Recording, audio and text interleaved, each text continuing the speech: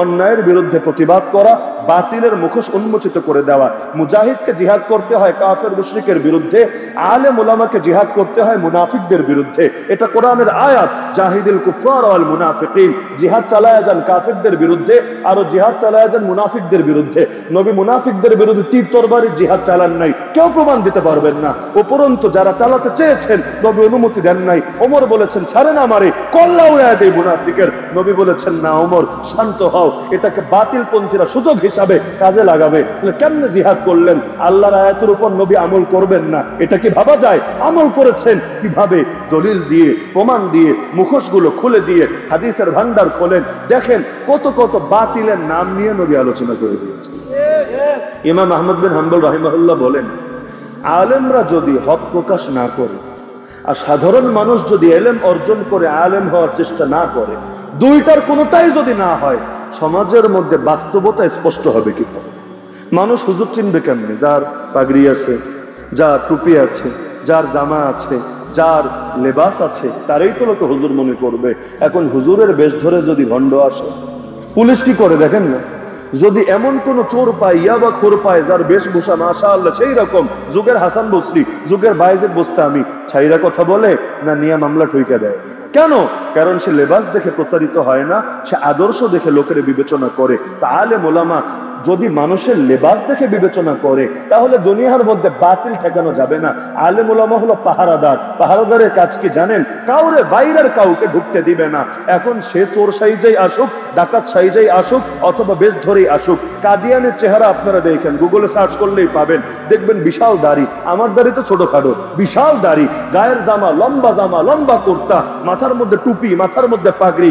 এখন সাধারণ মানুষ, গ্রামের মানুষ দেখলে বলবে সুবহানাল্লাহ, কত বড় হুজুর, কত বড় পীরানে পীর, দস্তগীর। কিন্তু কাদিয়ানি বাস্তবে কি পীর না কাফের?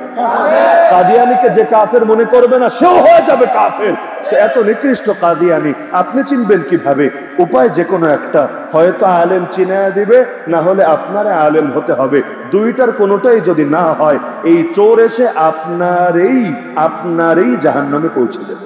আল্লাহ তাআলা যেই দিন তার রাসূলকে দিয়েছেন, হুবহু একই দিন, কিয়ামতের একদিন আগেও দুনিয়াতে যে মানুষটা আসবে সেও যাতে লাভ করে, এই মূল মিশন নিয়ে দুনিয়ার মধ্যে সকল মাদ্রাসাগুলো চলছে। কারণ ইসলাম আল্লাহর দেওয়া দিন, কোন মোল্লা মুন্সির আবিষ্কার করা ধর্ম না, আমাদের হুজুরদের পক্ষ থেকে প্রণীত কোন দিন না, কোন আদর্শ না, কোন জীবন বিধান না, কোন জীবন ব্যবস্থা না। ইসলাম দিয়েছেন আল্লাহ।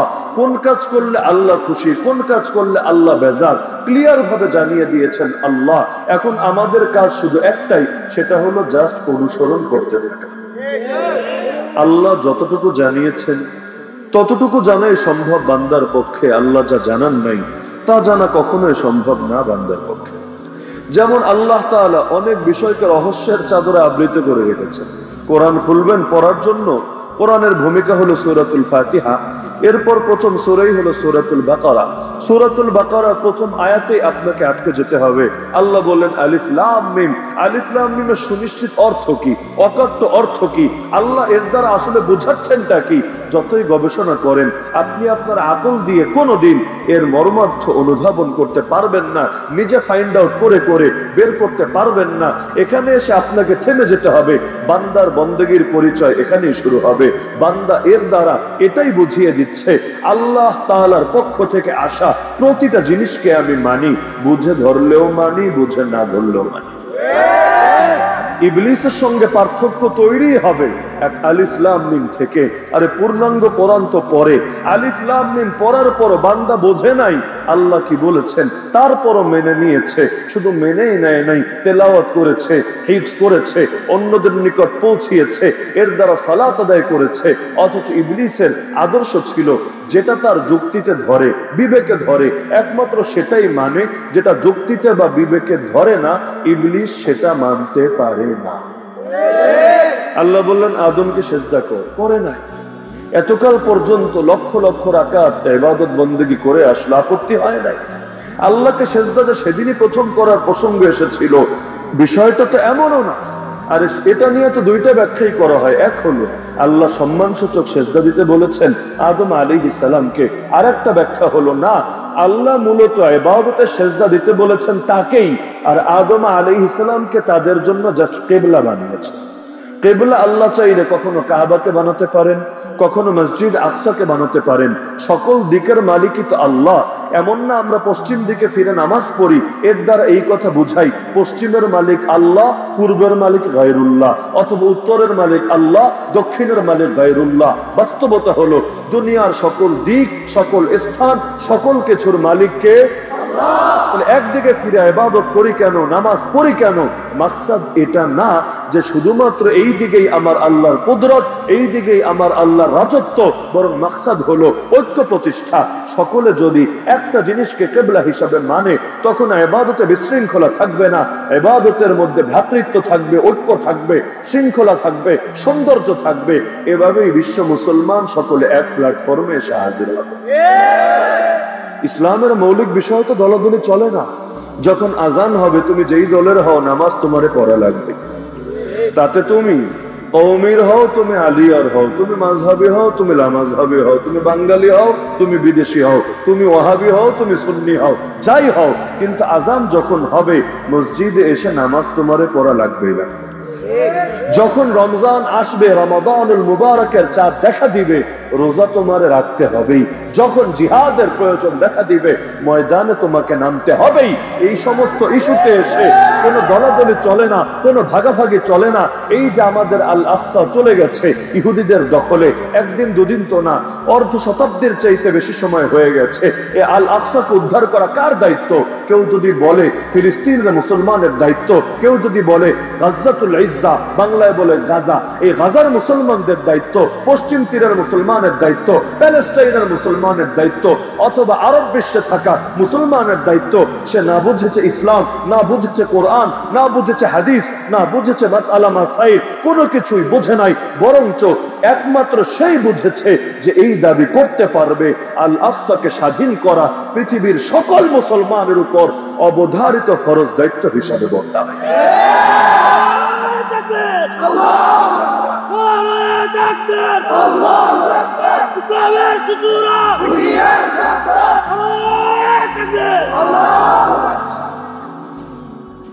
তো এখন ইবলিসের আদর্শ হলো যেটা বুঝে ধরে সেটা মানে, যেটা বুঝে ধরে না সেটা মানে। আজকালকার বাংলাদেশের নাস্তিকদের, ওরা কখনো দেখবেন আল্লাহরে মানে না, কখনো রাসূলরা মানে না, কখনো আখিরাত মানে না। সব জায়গায় সেই একই ইবলিস মার্কা যুক্তি। আল্লাহরে দেখি না, যা দেখি না তা মানবো কেমনে? আখিরাত তো দেখি না, আখিরাত আছে কিসের গ্যারান্টি আছে? যা দেখি না তার উপর বিশ্বাস স্থাপন করব কিভাবে? ভাবটা এমন, শুধুমাত্র যা দেখে তাই মানে, যা দেখে না তা মানে না। তো পহেলা বৈশাখে মঙ্গল শোভাযাত্রা নামে হুতুম পেঁচানিয়া রাস্তায় বের হলে, আর বিভিন্ন সময় শোক জানাতে গিয়ে মোমবাতি জ্বালিয়ে শতান হয়ে দাঁড়িয়ে থাকলে, আর বিশেষ বিশেষ দিবসে বিশেষ বিশেষ পিলারের সামনে গিয়ে ফুল ঢাললে, এতে বরকত আসে, রহমত আসে, মঙ্গল আসে। এই কথা তুমি কোথায় দেখলা? কেমনে জানলা? কার কাছ থেকে শুনলা? কোন বিজ্ঞান দিয়ে তুমি অনুধাবন করলা? এখানে আইসা কি তবে তুমিও ধর্মান্ধে পরিণত হলা? মুসলমানরা গালি দেয় না ধর্মান্ধ, কিন্তু এটা আমরা চ্যালেঞ্জ করে বলতে পারবো, মুসলমান যতটুকু অন্ধ নিজের আদর্শের ব্যাপারে, তার চাইতে হাজার গুণ বেশি অন্ধ ওরা ওদের পশ্চিমা বিশ্বের গড়া হোক অথবা নিজেদের বানানো হোক সেই আদর্শের আলোকে। বেশি অন্ধ এই নাস্তিকরা, অন্ধত্বের বাহিরে কিছুই পারে না। সেই মুখস্থ তোতা পাখির মতো কিছু বলি, যুগ থেকে যুগ, শতাব্দী থেকে শতাব্দী, এক মুখ থেকে আরেক মুখে যাচ্ছে, এগুলো বলেই মনে করছে খুব বেশি জ্ঞান হাসিল করে উল্টে ফেলেছে। কিন্তু কুয়োর ব্যাঙ যে, তার কাছে কুয়োর পানিটারই তো মনে হয় সবচাইতে বেশি পানি।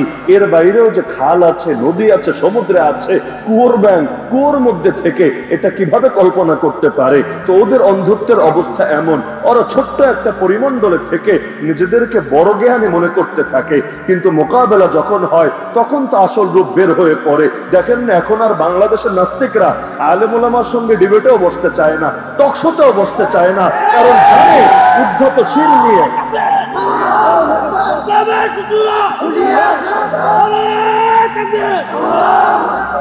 ওরা জানে মান সম্মান যতটুকু আছে মোকাবেলা হলে অতটুকু থাকবে। দেখেন না, আমাদের অনেক ভাইয়েরা যারা বিভিন্ন সময় কওমে মাদ্রাসার হুজুরদের গালিগালাজ করে, ওয়াহাবি বলে, খারেজি বলে, নবীর দুশমন বলে। ভালো কথা, মুখ তোমার, স্বাধীনতা তোমার, যা মনে চায় তুমি বলতেই পারো। বললে তোমারে তো কেউ পিটাবে না, বললে তোমারে কেউ মারবে না, ধরবে না, আর কথা বলতে টাকাও লাগে না, ঠিক আছে। কিন্তু শরীয়তের মূলনীতি হলো যে দাবি করে প্রমাণ তাকে দিতে হয়। আল বাইয়িনাতু আলাল মুদ্দাই, এটা কোনো হুজুরের বানানো মূলনীতি না, আল্লাহর রাসূলের শেখানো মূলনীতি। দাবি যে করবে প্রমাণ তাকে দিতে হবে, দাবি নাই প্রমাণেরও কোনো দরকার নাই। ইসলাম প্রমাণ ছাড়া কোনো দাবি গ্রহণ করে না। ইসলাম কখনো বলে না যে কে যার যেটা মুখে এসেছে বলবে আর সবাই অন্ধের মতো বিশ্বাস করতে হবে, না, বরঞ্চ দাবির পক্ষে প্রমাণ দিতে হবে। যদি প্রমাণ দিতে না পারে যত বড় হুজুর হোক তার কথার মূল্য থাকবে না। তো এখন ধরলাম যে আসলে কওমি মাদ্রাসা সব হুজুর হইল নবীর দুশমন, সবাই ওয়াহাবি, সবাই খারেজি। তো কোন কোন কারণে খারেজি, আসো একটু সামনাসামনি ভুল ধরাইয়া দাও। খালি মাঠে গোল ভাই সবাই দিতে পারে। আমি এখানে বৈশা তোমার ধুয়া দিব, তুমি তোমার প্যান্ডেলে বৈশা আমার ধুয়া দিবা, এগুলো হইলো ফাঁকা মাঠের গোল। ফাঁকা মাঠের গোল দিয়ে বীরত্ব প্রমাণিত হয় না। এভাবে সবাই গোল দিলে বিশ্বকাপ জয় নিয়ে এত আনন্দ উদযাপন করা লাগতো না। প্রত্যেকেই তখন শিরোপা পেত, প্রত্যেকেই তখন চ্যাম্পিয়ন হতো। কিন্তু যখন মোকাবেলা হয় তখন না বোঝা যায় আসল বীর কে, কে বাস্তবে শিয়ালে বাংলা আর কে বাস্তবে শেরে বাংলা। এখন দেখবেন দূরে বৈশা খালি চ্যালেঞ্জ আর চ্যালেঞ্জ। কখনো বিশাল বিশাল অ্যামাউন্টের চ্যালেঞ্জ দেয়। আমাকে নিয়েও কত সময় দিয়েছেন 1 কোটি টাকার চ্যালেঞ্জ। 1 কোটি টাকা এক লগে আমি বাস্তবে দেখিও না। 1 কোটি টাকা দেখতে কেমন দেখা যায়, একসঙ্গে রাখলে কতখানি হবে, 1000 টাকার নোট রাখলে বা 500 টাকার নোট রাখলে আমার আইডিয়া নাই। এখন কেউ যদি 1 লাখ টাকার চ্যালেঞ্জ দেয় বড় ভালোই লাগে, বাট 1 লাখ না দিয়ে যদি অনেক সময় হয় না বিল আদায় করতে গেলে কিছু সাইন বাবদ কিছু দিয়ে আসতে হয়, যদি এমন হয় 1 কোটি থেকে মাইরা তুই 50 লাখ খায়া দিবি, বাকি 50 লাখ আমারে দিবি, তাতেও তো লসের কিছু নাই, পুরো 50 লাখই তো আমার লাভ। তা আমারে যে যেখান থেকে চ্যালেঞ্জ দেয় আমি সবসময় কবুল কবুল কবুল। দেখেছেন তো আপনারা, আমি কবুল বলে রাজি থাকি। আর তোমার কত টাকা হয়েছে চ্যালেঞ্জ দাও, আমার তো টাকা পয়সার ঘাটতি আছে, আমি টাকার চ্যালেঞ্জ দিতে পারবো না, তবে কেউ দিলে হাসি মুখে নিতে পারবো। এখন চ্যালেঞ্জ নিতে নিতে নিতে নিতে একেবারে ক্লান্ত হয়ে পড়েছি। চ্যালেঞ্জ নিয়েই যাচ্ছি আর নিয়েই যাচ্ছি, কিন্তু একটারও আর টেবিলে এনে বসাতে পারছি না। সবকিছু বলে নিজেরাই চ্যালেঞ্জ দেয়, আমরাই কবুল করি। তো ইজাব যখন হয় আর কবুল যখন হয়, ইজাব মানে প্রস্তাব, কবুল মানে গ্রহণ। প্রস্তাবও হয়েছে, গ্রহণও হয়েছে, আর কিন্তু কোনো ধাপ বাকি থাকে না। এবার কামদারে শেষ করে দিলেই চলে। তো প্রস্তাব দিল তারা, কবুল করলাম আমরা, এখন বাকি কাজ কি? বাকি কাজ হলো বসে চূড়ান্ত সমাধান করে ফেলা। কিন্তু দেওয়ার সময় আবেগে দেয় না কিসের কারণে দেয় আল্লাহ ভালো জানে। হয়তো এটা মাথায় রেখে দেয় এই মোল্লায় কে আর আমগো চ্যালেঞ্জ দেখবে, এটাকে সিরিয়াস হিসাবে নিবে, কিন্তু কবুল বলার পরে তারপর সুর পাল্টাতে শুরু করে, বলে না রে এদের সাথে বসা যাবে না, এদের এই দোষ ওদের ওই দোষ, এরা জেলখাটা আসামি, এরা মামলা খাওয়া আসামি, এরা এটা ওরা সেটা। আরে যখন চ্যালেঞ্জ দিছিলাম তখনও আমরা জেলখাটাই আসিলাম, যখন চ্যালেঞ্জ দিছিলাম তখনও মামলা খাওয়াই আসিলাম। তো দেওয়ার সময় কি হুঁশ থাকে না, বসতে গেলেই কি সব ভণ্ডামি মনে পড়ে।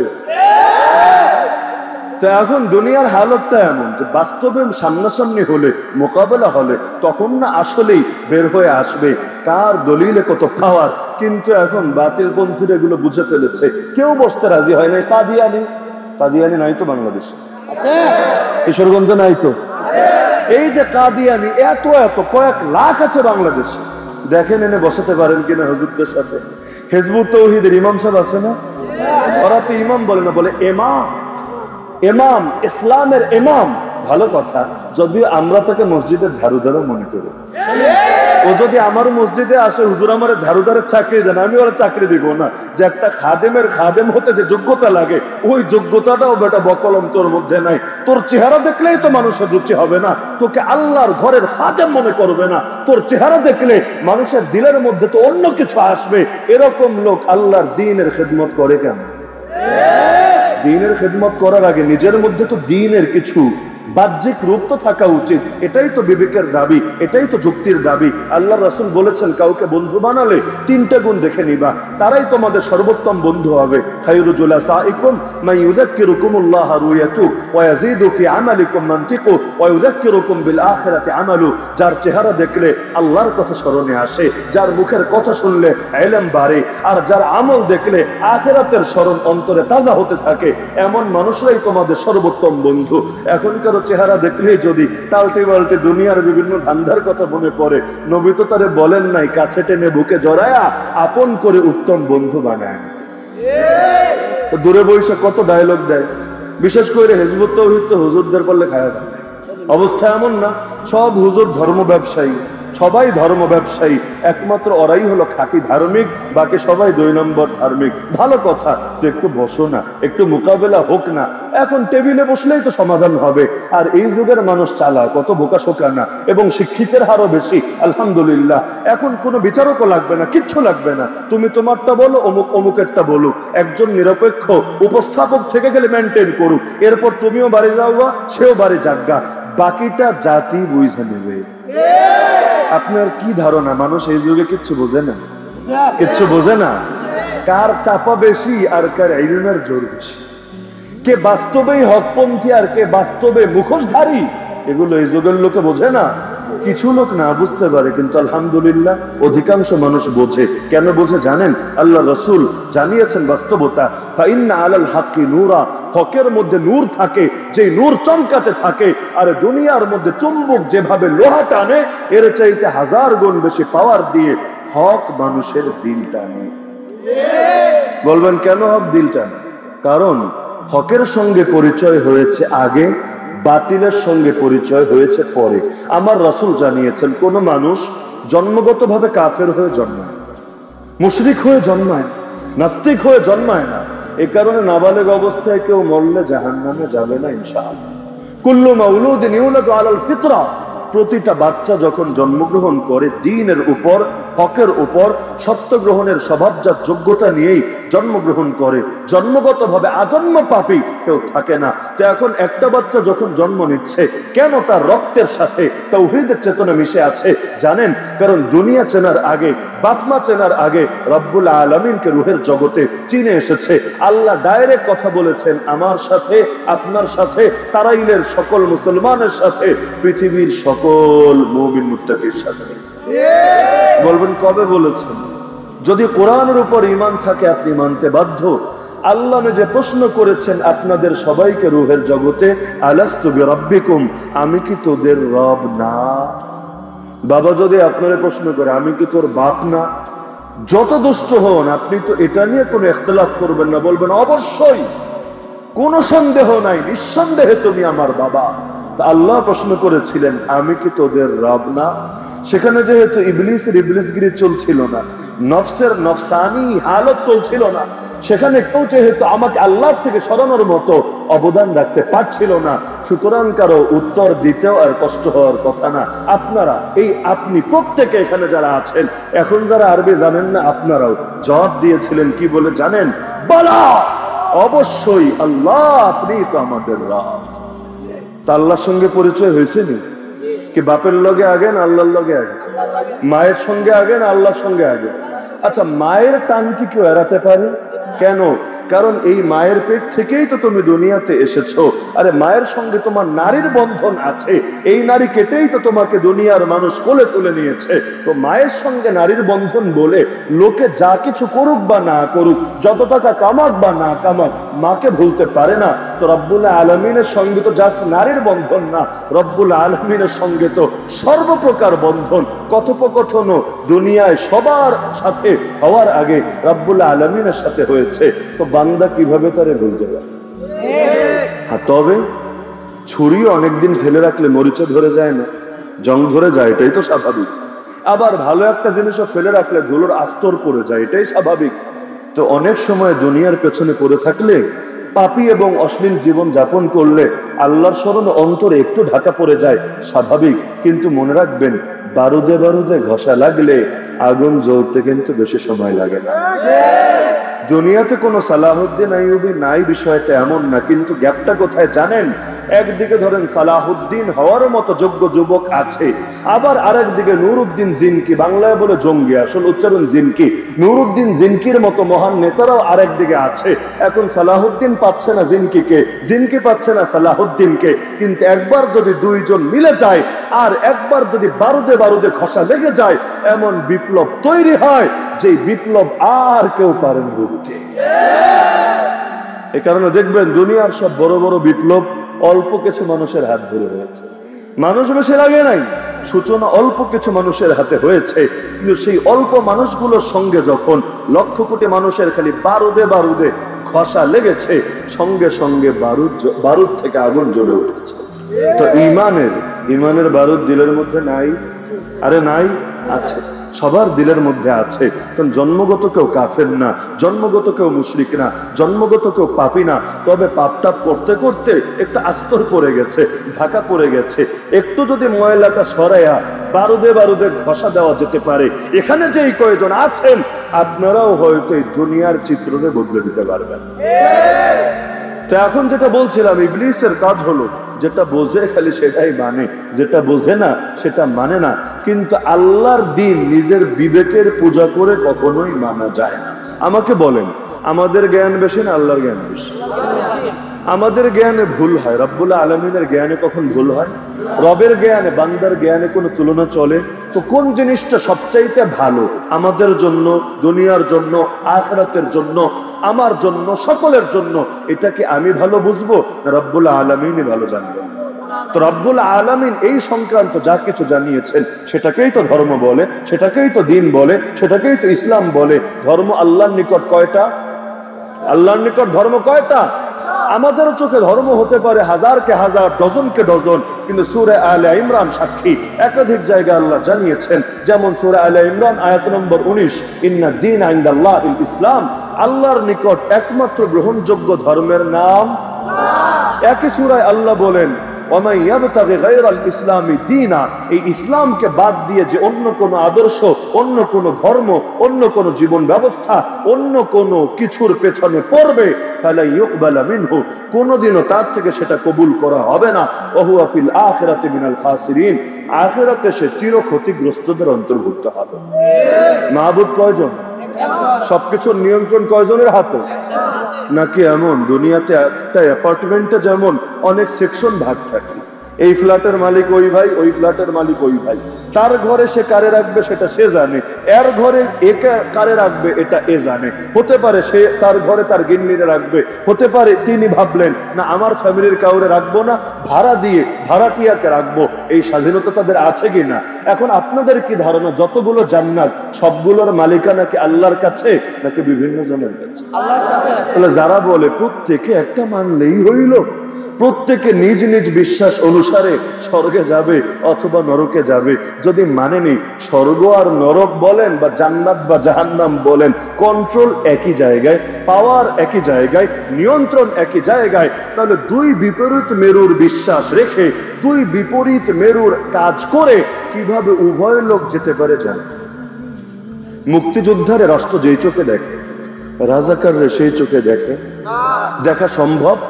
একটা দেশের মধ্যে যদি দুই শ্রেণীকে একভাবে মূল্যায়ন করে, ওই দেশটারেই তো দুনিয়ার সকলে মিলে বয়কট করবে, পাগল বলবে, ওদের সুস্থ মস্তিষ্ক নিয়ে প্রশ্ন তুলবে। তো একজন আল্লাহরে রব হিসাবে মেনেছে, আর একজন আল্লাহরে রব বলে স্বীকারই করে নাই। আবার কেউ কেউ নিজেরাই আল্লাহ দাবি করেছে ফেরাউনের মতো, আমি রব, আমি বাদে আবার কোন রব আছে নাকি? এখন আপনি যদি বলেন সবাই যাবে জান্নাতে, এইটা কিভাবে সম্ভব হতে পারে বলেন? তাহলে আল্লাহ তো ফেলে জান্নাত বানান নাই, জাহান্নামও বানিয়েছেন। তা আল্লাহ এক বেডারে ধরে জাহান্নামে ফেলতে চায়, আর আরেকজনে আইসা তারে ধইরা ওর বানানো স্বর্গে নিয়ে যেতে চায়। এইটা যদি আপনি মেনেই নেন, তাহলে এই কথার অর্থ তো হবে তখন মারামারি দুনিয়ার মানুষের মধ্যে না, ডাইরেক্ট খোদায় খোদায় রবে রবে শুরু হয়ে যায়। কোরআনে আল্লাহ নিজে তুলে ধরেছেন এই যুক্তি, লাউ কানা ফীহিমা আলিহাতুন ইল্লাল্লাহ, এক আল্লাহ ছাড়া দ্বিতীয় কোনো মাবুদ, দ্বিতীয় কোনো ইলাহ যদি থাকতো, লা ফাসাদাতা, না আসমান থাকতো, না জমিন থাকতো, না জান্নাত থাকতো, না জাহান্নাম থাকতো, সব কিছু বরবাদ হতো। রবে রবে মায়ের পিঠ দরকার। দুনিয়ায় দলে আর বিরোধী দলের মায়ের পিঠেই পাবলিকের অবস্থা খারাপ হয়ে যায়। দুই কুলের চিপায় পড়ে ম্যাঙ্গো পুটল যারা দুষ্টমি করে বলি আর কি, আম জনতার অবস্থা খারাপ হয়ে যায়, হয় না?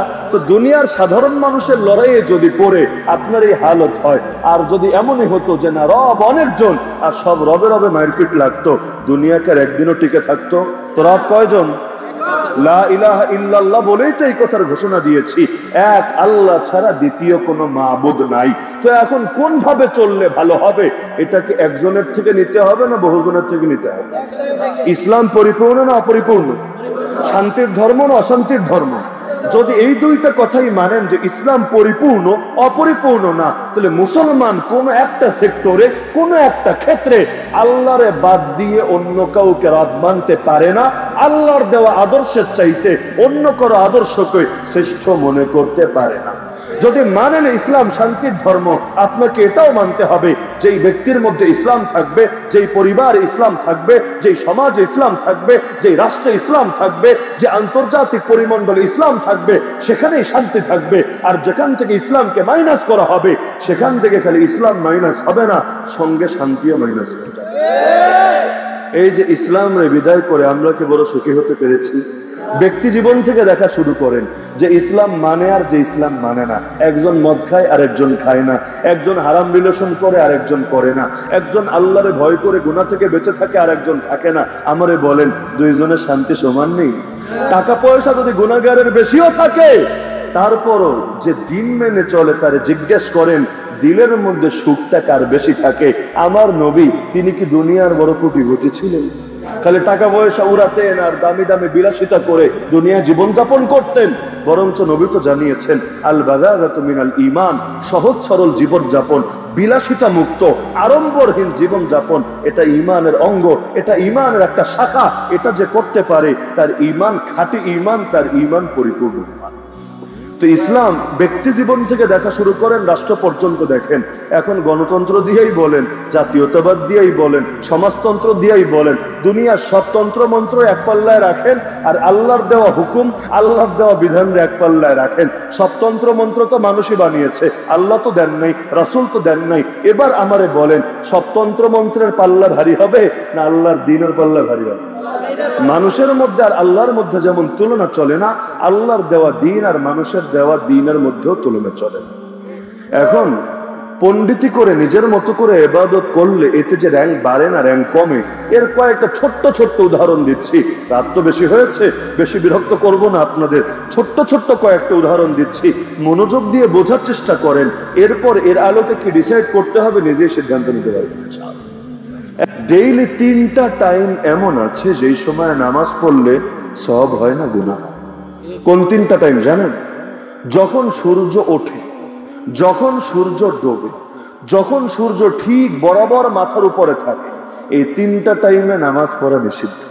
নামাজের ক্যালেন্ডার দেখবেন, মসজিদে আছে না আপনাদের চিরস্থায়ী ক্যালেন্ডার? দেখেন এখানে কিন্তু এই সময়গুলোকে আলাদা করে উল্লেখ করে দেওয়া হয়েছে। কেন? আপনি এসে বলবেন আমি নামাজ পড়বো, আমার আল্লাহরে খুশি করব, এই ওয়াহাবিদের কলিজায় কেন জ্বলে? আরে আমি আল্লাহর ইবাদত করলে ওদের এত মাইন্ডে নেওয়ার, ওদের এত মনে কষ্ট পাওয়ার কি আছে? এখন আবেগ দিয়ে আপনার কথাকে প্রতিষ্ঠা করা যেতে পারে, কিন্তু আমাকে বলেন, আপনি তো আবেগকে দেখলেন কিন্তু দলিলকে দেখলেন না। দলিল তো এটাই বলল এই 3 সময়ে নামাজ পড়া যাবে না। বলবেন পড়লে কি হবে? পড়লে সূর্য পূজারীদের সঙ্গে সাদৃশ্য হবে। কেমনে সাদৃশ্য? সূর্য পূজারীরা এই 3 টাইমে সূর্যের পূজা করে। আপনি তো সূর্যের পূজা করবেন না, আপনি ইবাদত করবেন রব্বুল আলামিন আল্লাহ। কিন্তু টাইমটা যেহেতু এক, এখন আপনি তো সেজদা দিবেন আল্লাহরে, তো দেখলে মনে হবে আপনিও মনে হয় সেজদা দিচ্ছেন সূর্যরে। আশুরার রোজা একটা রাখতে হয় না 2টা? কয়টা? অথচ আশুরা কি 2 দিন হয় না 1 দিন হয়? আশুরা শব্দের অর্থই 10ম দিন। তো 10ম দিন আবার 2টা হবে কেমনে? আগের দিনটা তো 10ম দিন কয় না, কয় 9ম দিন। পরের দিনটাও 10ম দিন বলে না, বলে 11তম দিন। তা আশুরা কি 2 দিন হয়? আশুরা কয় দিন হয়? একদিন হয়, তো রোজা একটা না রেখে দুইটা কেন রাখতে হয়? নবী বলেছেন সুমু ইয়াওমা আশুরা ওয়া খালিফু ফীহিল ইয়াহুদ, আশুরার দিন রোজা রাখবা, কিন্তু মনে রাখবা রোজা রাখতে গিয়ে ইহুদিদের সঙ্গে যাতে মিলে না যায়, খুব গভীরভাবে খেয়াল রাখবা। কেমনে খেয়াল রাখবো? রাসূল শিখাই দিলেন সুমু ক্বাবলাহু ইয়াওমান আও বাদাহু ইয়াওমান, আগে একদিন রোজা রাখো অথবা পরে আর একদিন রোজা রাখো, তোমাদের রোজা হবে দুইটা, ওদের রোজা হবে একটা, ব্যাস, ওদের সঙ্গে তোমাদের আর মিলবে না। এক রোজা রাখার ক্ষেত্রে নবী কত সেনসিটিভ, কত সচেতন, কত সতর্ক। আরে বছরে 5টা দিন এমন আছে, এই 5 দিন যদি রোজা রাখেন সওয়াব হবে না? দেবে। কোন 5 দিন জানেননি? রমজানের ঈদের দিন ঈদুল ফিতর, কোরবানির ঈদের দিন ঈদুল আজহা, মানে 2 ঈদ। 2 ঈদ মানে এখন তো আবার ঈদ বাইরে গেছে, অনেক ঝামেলা। 2 ঈদ মানে কোন ঈদের জন্য ক্লিয়ার বইলা দিলাম, ঈদুল ফিতর, ঈদুল আজহা। কারণ ঈদ আবার বাড়ে নাই না, কিশোরগঞ্জে বাড়ে নাই মনে হয়, ঈদ বাইরে গেছে। এখন আমি যদি খালি 2 ঈদ বলি লোকে কনফিউজ হয়ে যাবে, হুজুর কোন 2টা কইলেন? ঈদ তো এখন 3টা 4টা, কোন এলাকায় 5টা হয়ে গেছে। এখন আমরা কোন 2টারে বুঝা নিব? তো রমজানের ঈদ আর কোরবানির ঈদ, আর কোরবানির ঈদের পরের আরো 3টা দিন, এই মোট 5 দিন বছরে রোজা রাখা নিষিদ্ধ। কেউ যদি সারা জীবনও রোজা রাখার নিয়ত করে, তার জন্য উচিত হবে এই 5 দিন বাদ দিয়া বাকি দিনগুলোতে রোজা রাখবে। কেন? এই 5 দিন হলো আল্লাহর মেহমানদারির দিন। কিসের দিন? কিসের দিন? কোন ঈদের দিন। ঈদ উদযাপন করা, ঈদের দিন আনন্দ করা, এটা আমাদের আবিষ্কার না, এটা আমার আল্লাহর আদেশ।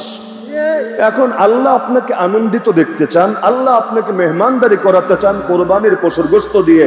আপনি ভাব ধরছেন, না গো আল্লাহ আমি খাইতাম না, আমি রোজা, এগুলো খাওয়াটাও এখন আমার সাজে না, তো কেমন হইল? আপনি আমার বাসায় আসলেন, আমি মেহমানদারি করাতে যাচ্ছি, কিন্তু আপনি নিচ্ছেন না, আমি অপমান বোধ করবো কিনা? সব বাসায় গিয়া খান জানি, আমার বাসায় ঢুকে আপনি খানাটা খাইলেন না, আমার তো ভেতরে কষ্ট লাগবে। আল্লাহ, আমি কি রান্না বান্নায় ত্রুটি করলাম, নাকি পরিবেশনায় কোনো ঝামেলা হলো? হুজুর কি আমার মনে কষ্ট পাইলো কিনা আমার ব্যাপারে? আপনি পেরেশান হবেন কিনা? আল্লাহ চাই মেহমানদারি করতে, আপনি ভাব ধরছেন, না গো আল্লাহ আমি খাইতাম না, আমি থাকবো রোজা রাইখা। তো এটা আল্লাহর চাইতে বেশি, আল্লাহর চাইতে 1 লাইন বেশি বুঝা না? আল্লাহ নবী কি পরিমাণে ইবাদত করতেন কয়েকজনের জানতে মন চাইতো। নবী কেমন ইবাদত করে জানা দরকার না? তাইলে উম্মত আমরা অনুসরণ করতে পারবো। নবীর বাড়িতে গেল, গিয়ে দেখলো নবী বাড়িতে নাই, নবী কোনো সফরে আছেন, বাইরে আছেন। এখন ঘরের লোকগুলো জিজ্ঞাইলো, কি ও নবী কয়দিন রোজা রাখে, রাতের বেলা কতক্ষণ নামাজ পড়ে? তারা ভাবছিল নবী তো সব হুজুরের বড় হুজুর, বড় হুজুরের ইবাদত তো সবচাইতে বড় হবে, মনে হয় জবাব আসবে। আরে একদিনও তো রোজা ছাড়া থাকে না, ডেইলি রোজা রাখে, রাতে 1 সেকেন্ডও ঘুমায় না, পুরা রাত দাঁড়ায় দাঁড়ায় নামাজ পড়ে। আর এগুলোই বিভিন্ন রকম কল্পনা জল্পনা নিয়ে রাসূলের ঘরে গিয়েছিল, গিয়া যেগুলো শুনলো বেশি একটা পছন্দ হইল না। হাদিসের শব্দ কান্নাহুম তাকাল্লুহা, তাদের কাছে কম মনে হইল। হায় রে, ভাবলাম কি আর পাইলাম কি। অনেক সময় ইমাম সাহেব গনিয়া এলাকার অনেকের অ্যালার্জি থাকে না, আরে আমি এইটা করি, হুজুর কেন করে না? আমি এখানে সময় দিই, হুজুর কেন সময় দেয় না? এখন হুজুর যদি এর চাইতে দামি কামও করে, তারপর আমারটা কেন করে না? এইটার কারণে হুজুরের আর ভালো লাগে না। মসজিদের ইমাম সাহেবেরও বড় ঝামেলা। এক মসজিদের মুসল্লি আছে 5 দল, 6 দল, 10 দল, 20 দল। মসজিদ যত বড়, মুসল্লির দলাদলিও তত বেশি। এখন এই দলের সাইডে গেলে ওই দল নারাজ, ওই দলের সাইডে গেলে এই দল নারাজ। আর যদি নিউট্রাল থাকে, যে কোনো দলকে খুশি করার দরকার নাই, তাইলে আবার আরেক দল নারাজ হবে, তখন দেখা যাবে সব দল সম্মিলিত নারাজ। হালতটা এমন না? হালত এমন না? এমন এমন পরীক্ষায় এই বিশেষ করে বাংলাদেশের হুজুররা, আল্লাহরে খুশি রাখতে গেলে বান্দারে আর খুশি রাখা যায় না, বান্দারে খুশি করতে গেলে আল্লাহরে আর খুশি রাখা যায় না। আর বাঙালি সুবহান, আমি বড় অবাক হই, রমাদানুল মুবারক আসলে 30 পারার খতম তারাবি তারাইলে হয় কেন? কোন মসজিদে হয় না? তারাইলে হয়। কম মসজিদে হয় না, বেশিরভাগ মসজিদে হয়। আলহামদুলিল্লাহ, দোয়া করি প্রতিটা মসজিদে চালু হোক এই আমল। কিন্তু দেখেন, রমাদানুল মুবারকে যে হাফিজ সাহেবদেরকে আপনারা রাখেন, তারা কি 30 পারাই পড়েন? একটু কমায় টমায় পড়ে, 30 পারা পড়ে না? আপনারা কি এইটা পছন্দ করবেন যে 2-4 আয়াত বাদ দিয়া, কিছু কিছু বিষয় বাদ দিয়া বাকিটা পয়রা ফেলাক, নাকি এইটাই চাইবেন একেবারে আলহামদুল আলিফ থেকে মিনাল জিন্নাতি ওয়ান নাস সিন পর্যন্ত সবগুলো আয়াত আপনাদেরকে পড়ে পড়ে শোনাক? এটাই চাইবেন না আপনারা? মজার বিষয় কি জানেন, এই হাফিজ সাহেব আরবিতে আপনাকে শোনাবে, আপনি খুশি হবেন, 27-এর দিন পারলে হুজুরের একটু হাদিয়াও দিয়ে দিবেন, আপনি পরের বছরের জন্য হুজুরের ইনভাইট করবেন, হুজুর আগামী বছর কনফার্ম, অন্য কোথাও ওয়াদা দিয়েন না, আমাদের মসজিদে চলে আসেন, বড় খুশি।